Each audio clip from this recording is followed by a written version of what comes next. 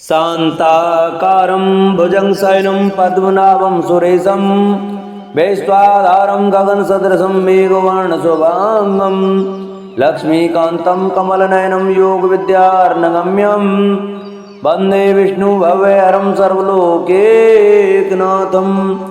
नारायणं नमस्कृत्य नरं चैव नरोत्तमं देवीं सरस्वतीं व्यासं ततो जयमुदीरये। बोलो भागवत भगवान की जय, बोलो व्यास भगवान की जय, बोलो सुखदेव भगवान की जय। प्रिय भक्तजनों, आज की वीडियो में हम आपको श्रीमद् भागवत महापुराण के तृतीय स्कंद के 7वें अध्याय की कथा सुनाएंगे, जिसमें कि विदुर जी के प्रश्न और मैत्री ऋषि को उनका प्रश्नों का उत्तर देने की कथा का वर्णन सुनाया जाएगा। सभी भक्तजन हमारी श्रीमद् भागवत महापुराण की कथा को बड़े श्रद्धा भाव से सुने। आइए भक्तों, कथा को प्रारंभ करते हैं। श्री सुखदेव जी कहते हैं, मैत्री जी का यह भाषण सुनकर बुद्धिमान व्यासनंदन विदुर जी ने उन्हें अपनी वाणी से प्रसन्न करते हुए कहा। विदुर जी ने पूछा, ब्राह्मण, भगवान तो शुद्ध बोध स्वरूप निर्विकार और निर्गुण हैं, उनके साथ लीला से भी गुण और क्रिया का संबंध कैसे हो सकता है? बालक में तो कामना और दूसरों के साथ खेलने की इच्छा रहती है, इसी से वह खेलने के लिए प्रयत्न करता है, किंतु भगवान तो स्वतः नित्य तृप्त, पूर्ण काम और सर्वदा असंग हैं, वे क्रीड़ा के लिए भी क्यों संकल्प करेंगे? भगवान ने अपनी गुणमयी माया से जगत की रचना की है, उसी से वे इसका पालन करते हैं और फिर उसी से संहार भी करेंगे। जिनके ज्ञान का देश काल अथवा अवस्था से अपने आप या किसी दूसरे निमित्त से भी कभी लोप नहीं होता, उनका माया के साथ किस प्रकार संयोग हो सकता है? एकमात्र ये भगवान ही समस्त क्षेत्रों में उनके साक्षी रूप से स्थित है, फिर इन्हें दुर्भाग्य या किसी प्रकार के कर्म जनित क्लेशों की प्राप्ति कैसे हो सकती है? भगवान, इस अज्ञान संकट में पड़कर मेरा मन बड़ा खिन्न हो रहा है, आप मेरे मन के इस महान मोह को कृपया करके दूर कीजिए। श्री सुखदेव जी कहते हैं, तत्व जिज्ञासु विदुर जी की यह प्रेरणा प्राप्त कर अहंकारहीन श्री मैत्रेय जी ने भगवान का स्मरण करते हुए मुस्कुराते हुए कहा। मैत्रेय जी ने कहा, जो आत्मा सबका स्वामी और सर्वथा मुक्त स्वरूप है, वही दीनता और बंधन को प्राप्त हो। यह बात युक्ति विरुद्ध अवश्य है, किंतु वस्तुतः यही तो भगवान की माया है। जिस प्रकार स्वप्न देखने वाले पुरुष को अपना सिर कटना आदि व्यापार न होने पर भी अज्ञान के कारण सत्यवत भासते हैं, उसी प्रकार इस जीव को वंदन आदि न होते हुए भी अज्ञानवश भास रहे हैं। यदि यह कहा जाए कि फिर ईश्वर में इनकी प्रतीति क्यों नहीं होती, तो इसका उत्तर यह है कि जिस प्रकार जल में होने वाली कंप आदि क्रिया जल में दिखने वाले चंद्रमा के प्रतिबिंब में न होने पर भी भासती है, आकाश चंद्रमा में नहीं, उसी प्रकार देहाभिमानी जीव में ही देह के मिथ्या धर्मों की प्रतीति होती है, परमात्मा में नहीं। निष्काम भाव से धर्मों का आचरण करने पर भगवत कृपा से प्राप्त हुए भक्ति योग के द्वारा यह प्रतीति धीरे धीरे निवृत्त हो जाती है। जिस समय समस्त इंद्रियां विषयों से हटकर साक्षी परमात्मा श्री हरि में निश्चल भाव से स्थित हो जाती हैं, उस समय गाढ़ निद्रा में सोए हुए मनुष्य के समान जीव के राग द्वेष आदि सारे कलेश सर्वथा नष्ट हो जाते हैं। श्री कृष्ण के गुणों का वर्णन एवं श्रवण अशेष दुख राशि को शांत कर देता है। फिर यदि हमारे हृदय में उनके चरण कमलों की रज के सेवन का प्रेम जब पड़े, तब तो कहना ही क्या है। विदुर जी ने कहा, भगवान, आपके युक्ति युक्त वचनों की तलवार से मेरे संदेह छिन्न छिन्न हो गए हैं। अब मेरा चित्त भगवान की स्वतंत्रता और जीव की परतंत्रता दोनों ही विषयों में खूब प्रवेश कर रहा है।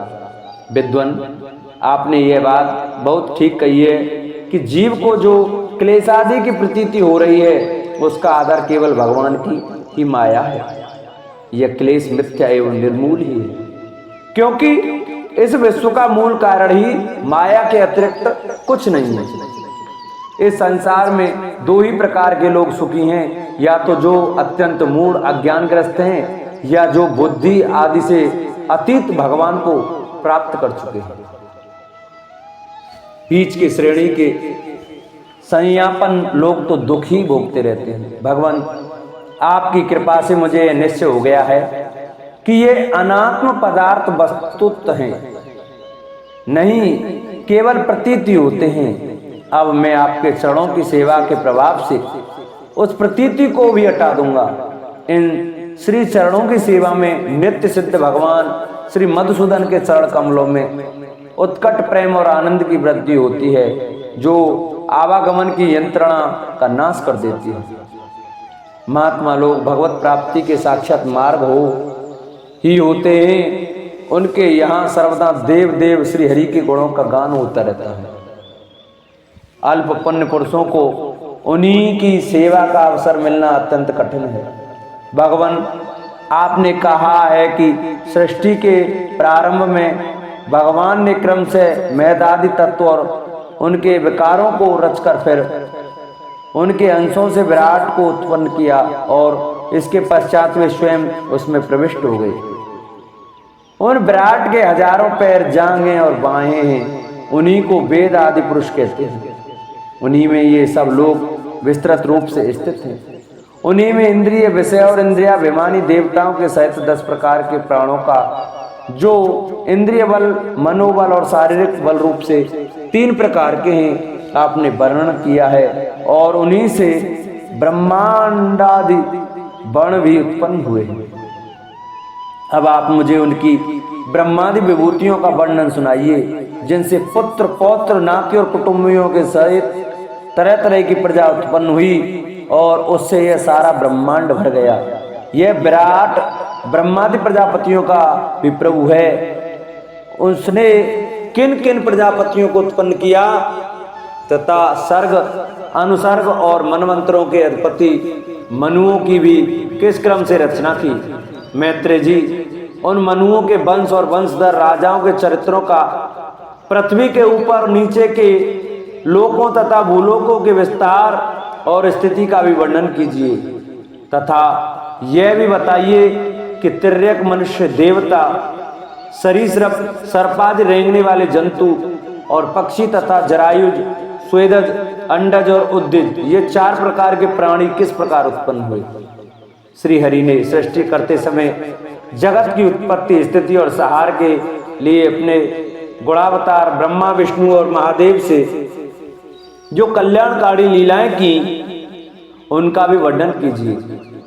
वेश, आचरण और स्वभाव के अनुसार वर्णाश्रम का विभाग, ऋषियों के जन्म कर्मादि वेदों का विभाग, यज्ञों का विस्तार, योग का मार्ग, ज्ञान मार्ग और उसका संधान, सांख्य मार्ग, तथा भगवान के कहे हुए नारदा, पांचरात्र आदि तंशास्त्र, विभिन्न पाखंड मार्गों के प्रचार से होने वाली विषमता, नीच वर्ण के पुरुष से उच्च वर्ण की स्त्री में होने वाली संतानों के प्रकार, तथा भिन्न भिन्न गुणों और कर्मों के कारण जीव की जैसी और जितनी गतियां होती हैं, वे सब हमें सुनाइए।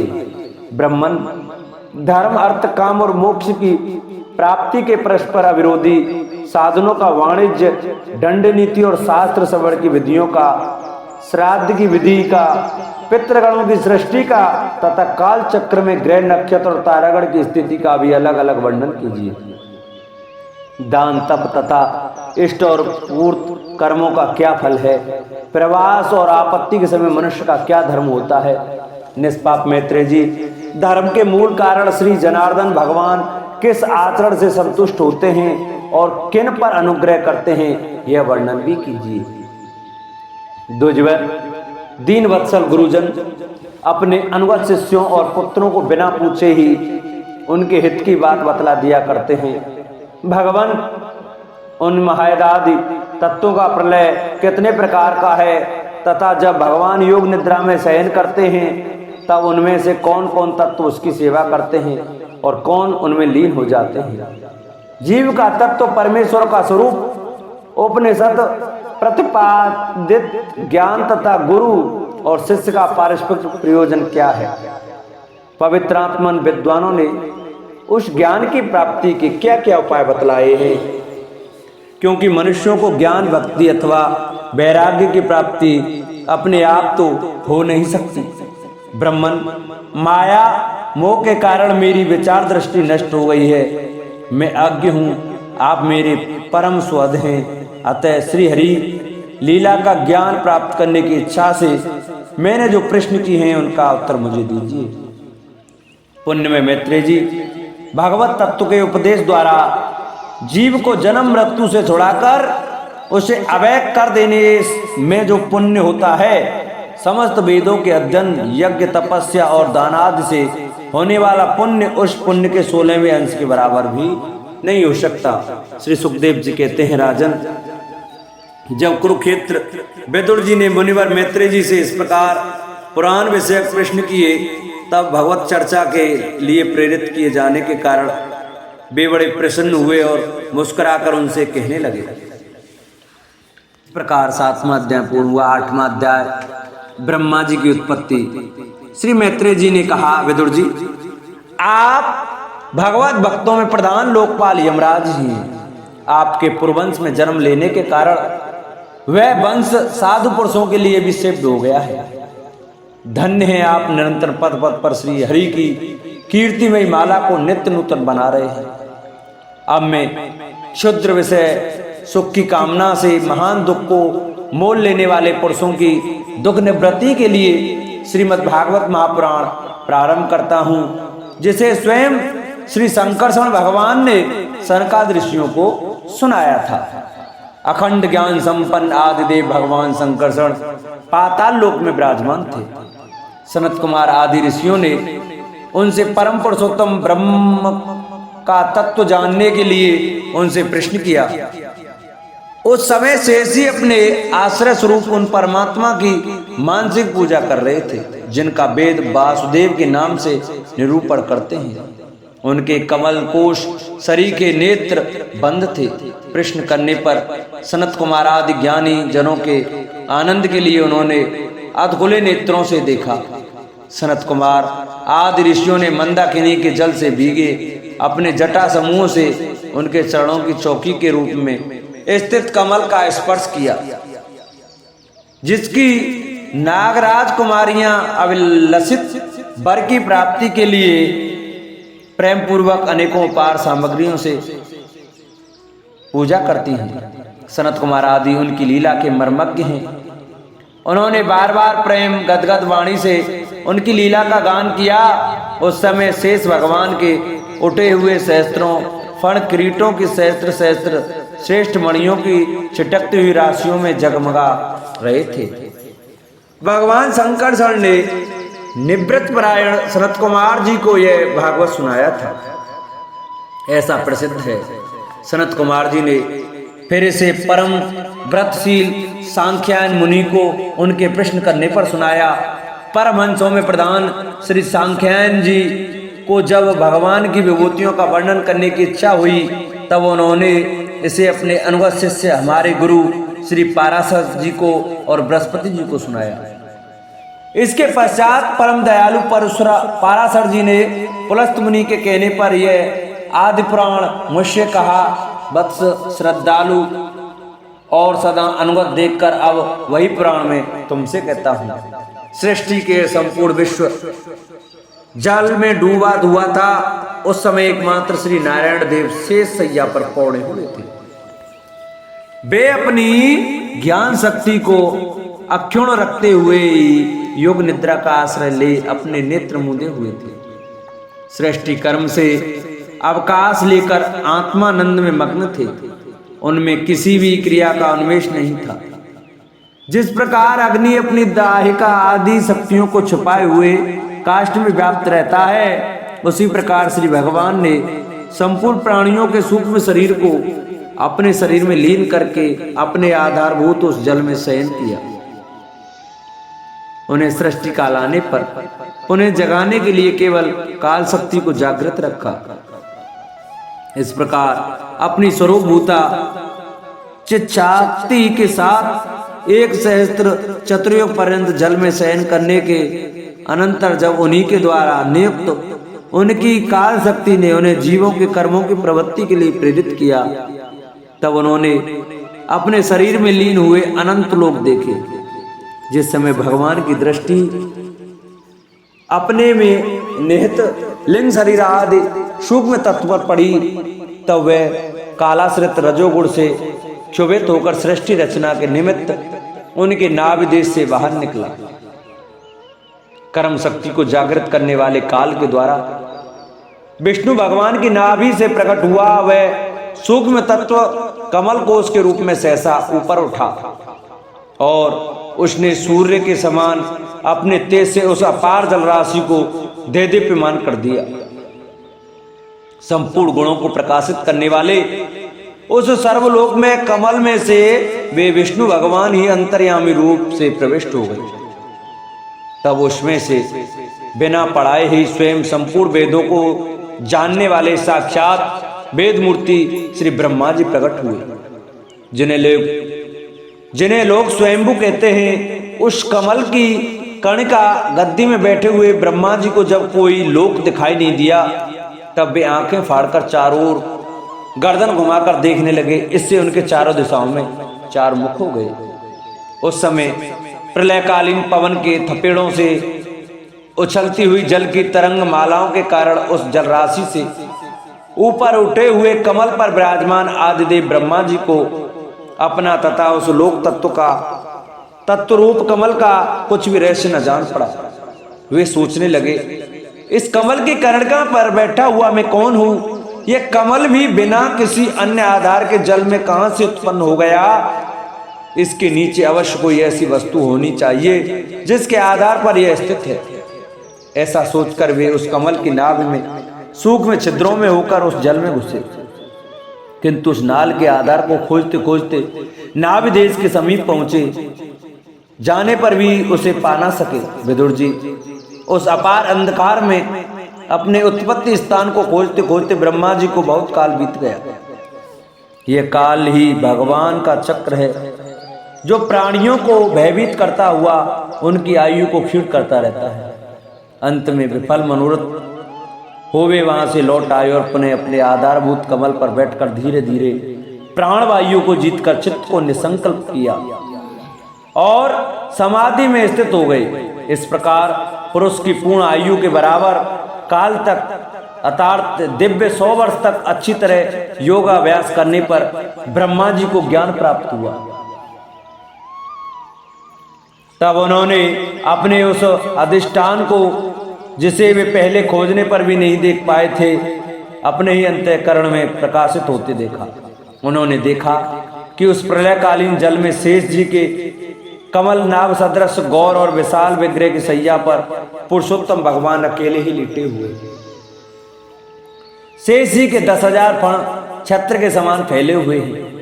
उनके मस्तकों पर किरीट शोभायान है। उनमें जो मणियां जड़ी हुई हैं, उनकी कांति से चारों ओर का अंधकार दूर हो गया है। वे अपने श्याम शरीर की आभा से मरकत मणि के पर्वत की शोभा को लज्जित कर रहे हैं। उनकी कमर का पीठपत पर्वत के प्रांत देश में छाए हुए सायकाल के पीले पीले चमकीले मेघों की आभा को मलिन कर रहा है।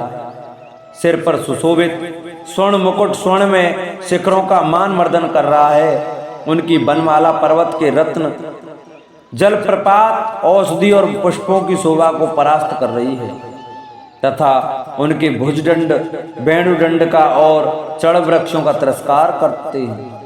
उनका वह श्री विग्रह अपने परिमाण से लंबाई चौड़ाई में त्रिलोकी का संग्रह किए हुए है। वह अपनी शोभा से विचित्र एवं दिव्य वस्त्राभूषणों की शोभा को सुशोभित करने वाला होने पर भी पीताम्बर आदि अपनी वेशभूषा से सुसज्जित है। अपनी अपनी अभिलाषा की पूर्ति के लिए भिन्न भिन्न मार्गों से पूजा करने वाले भक्तजनों को कृपा पूर्वक अपने भक्त वांछा कल्प तरु चरण कमलों का दर्शन दे रहे हैं। जिनके सुंदर अंगुलीदल नवचंद्र की चंद्रिका से अलग अलग स्पष्ट चमकते रहते हैं। सुंदर नासिका, अनुग्रहवर्षी भौहें, कानों में झिलमिलाते हुए कुंडलों की शोभा, बिम्बा फल के समान लाल लाल अधरों की कांति एवं लोकार्तहारी मुस्कान से युक्त मुखारविंद के द्वारा वे अपने उपासकों का सम्मान अभिनंदन कर रहे हैं। वत्स, उनके नितंब देश में कदम्ब कुसुम की केसर के समान पीत वस्त्र और स्वर्णमयी मेखला सुशोभित है तथा वह स्थल में अमूल्य हार और सुनहरी रेखा वाले श्री वत्स चिन्ह की अपूर्व शोभा हो रही है। वे अव्यक्त मूल चंदन वृक्ष के समान हैं, महामूल्य केयूर और उत्तम उत्तम मणियों से सुशोभित उनके विशाल भुजदंड ही मानो उसकी सहस्त्रों शाखाएं हैं और चंदन के वृक्षों में जैसे बड़े बड़े सांप लिटते रहते हैं, उसी प्रकार उनके कंधों को शेष जी के फणों ने लपेट रखा है। वे नागराज अनंत के बंधु श्री नारायण ऐसे जान पड़ते हैं मानो कोई जल से गिरे हुए पर्वतराज ही हों। पर्वत पर जैसे अनेकों जीव रहते हैं, उसी प्रकार वे संपूर्ण चराचर के आश्रय हैं। शेष जी के फणों पर जो सहस्त्रों मुकुट हैं, वे ही मानो उस पर्वत के स्वर्ण मंडित शिखर हैं तथा वक्र स्थल में विराजमान कौस्तुभमणि उसके गर्भ से प्रकट हुआ रत्न है। प्रभु के गले में वेद रूप भौरों से गुंजायमान अपनी कीर्तिमयी वनमाला विराज रही है। सूर्य, चंद्र, वायु और अग्नि आदि देवताओं की भी आप तक पहुंच नहीं है तथा त्रवन में बेरोक टोक विचरण करने वाले सुदर्शन चक्र आदि आयुध भी प्रभु के आसपास ही घूमते रहते हैं। उनके लिए भी आप अत्यंत दुर्लभ है। तब विश्व रचना की इच्छा वाले लोक विदाता ब्रह्मा जी ने भगवान के नाभि सरोवर से प्रकट हुआ वह कमल, जल, आकाश, वायु और अपना शरीर केवल ये 5 ही पदार्थ देखे। इनके सिवा और कुछ उन्हें दिखाई न दी। रजोगुण से व्याप्त ब्रह्मा जी प्रजा की रचना करना चाहते थे। जब उन्होंने सृष्टि के कारण रूप केवल ये 5 ही पदार्थ देखे, तब लोक रचना के लिए उत्सुक होने के कारण वे अचिंत गति श्री हरि में चित्त लगाकर उन परम पूजनीय प्रभु की स्तुति करने लगे। बोलो भागवत भगवान की जय। इस प्रकार आज की कथा को हम यही विश्राम देते हैं। प्रिय भक्तजनों, आगे की कथा हम आपको कल सुनाएंगे, जिसमें कि ब्रह्मा जी द्वारा भगवान की स्तुति का वर्णन सुनाया जाएगा। तो सभी भक्तजन प्रतिदिन हमारी श्रीमद् भागवत महापुराण की कथा को बड़े श्रद्धा भाव और प्रसन्नचित मन से सुने, क्योंकि हमारी श्रीमद् भागवत महापुराण की कथा बड़ी ही सुंदर और मीठी प्यारी प्यारी कथा है। तो आइए भक्तों, आज की कथा को हम यही विश्राम देते हैं। बोलो भागवत भगवान की जय। जिन भक्तों को हमारी ये श्रीमद् भागवत महापुराण की कथा अच्छी लगी हो, वो हमारी वीडियो को ज़्यादा से ज़्यादा शेयर करें। जिन्होंने अभी तक चैनल को सब्सक्राइब नहीं किया, वो चैनल को सब्सक्राइब करें, वीडियो को लाइक करें और कमेंट में ओम नमो भगवते वासुदेवाय, जय श्री कृष्णा, राधे राधे अवश्य लिखा करें। अब तो कमेंट में तो राधे राधे अवश्य लिखा करें।